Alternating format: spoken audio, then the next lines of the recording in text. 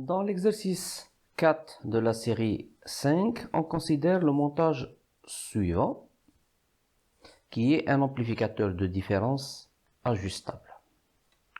On nous demande d'établir la tension de sortie V0 en fonction de VI1 et VI2.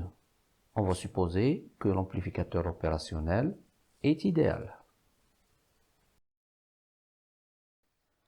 On commence par définir le courant J, les courants J1 et J2, le courant K. En appliquant la loi d'Ohm sur la résistance R1 et sur la résistance R2, qui sont parcourues par le même courant J, donc on a J est égal à VI1 moins V moins sur R1, c'est égal à V moins VA sur R2. Donc, V moins facteur de 1 sur R1 plus 1 sur R2 est égal à VI1 sur R1 plus VA sur R2.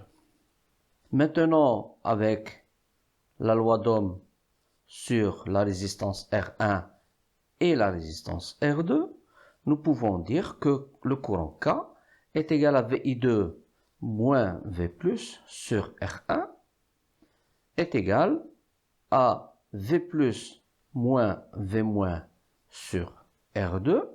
Donc V plus, facteur de 1 sur R1 plus 1 sur R2, est égal à VI2 sur R1 plus VB sur R2.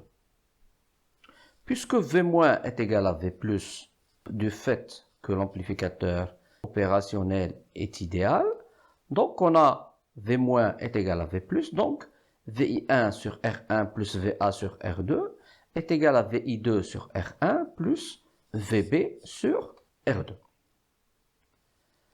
Nous avons, en appliquant la loi des nœuds au point VA, que J est égal à J1 plus J2. Donc, qui est égal à VA moins VB sur RV plus VA moins V0 sur R2.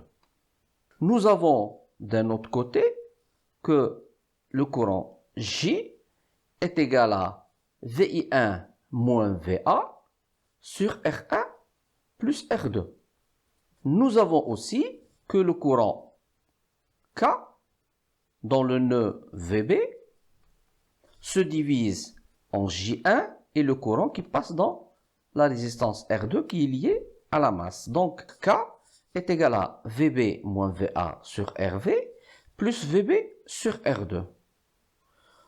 Donc on a VI2 sur R1 moins V plus sur R1 est égal à K, qui est égal aussi à VI2 sur R1 moins 1 sur R1 facteur de R2 sur R1 plus R2, facteur de VI2 plus R1 sur R1 plus R2, VIB. C'est la formule qu'on a récupérée dans la loi d'Ohm appliquée au calcul du courant K. On a d'un autre côté que ce courant K est égal à VI2 moins VB sur R1 plus R2.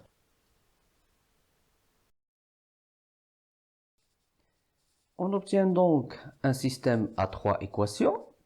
VA moins VB sur RV plus VA moins V0 sur R2 est égal à VI1 moins VA sur R1 plus R2, c'est l'équation 1.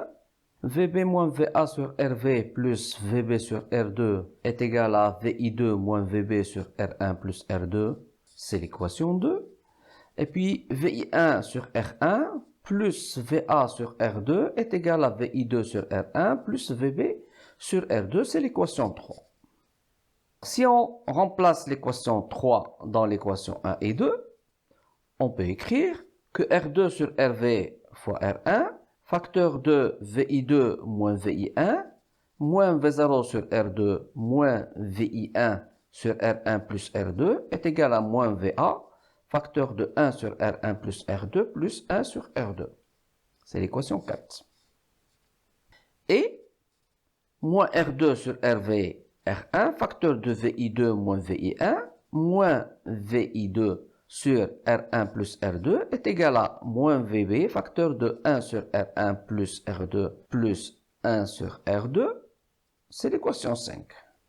Si on fait la soustraction, l'équation 4 moins l'équation 5, on obtient 2R2 sur RV R1, facteur de VI2 moins VI1, moins V0 sur R2, plus VI2 moins VI1 sur R1 plus R2 est égal à moins VA moins VB, facteur de 1 sur R1 plus R2, plus 1 sur R2, qui est aussi égal à moins VI2 moins VI1, facteur de R2 sur R1, facteur de 1 sur R1 plus R2, plus 1 sur R2.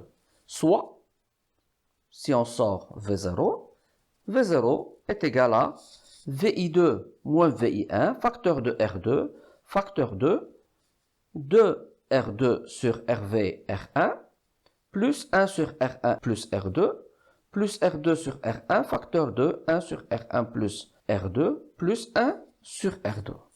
Donc, c'est un amplificateur de différence ajustable par la résistance RV.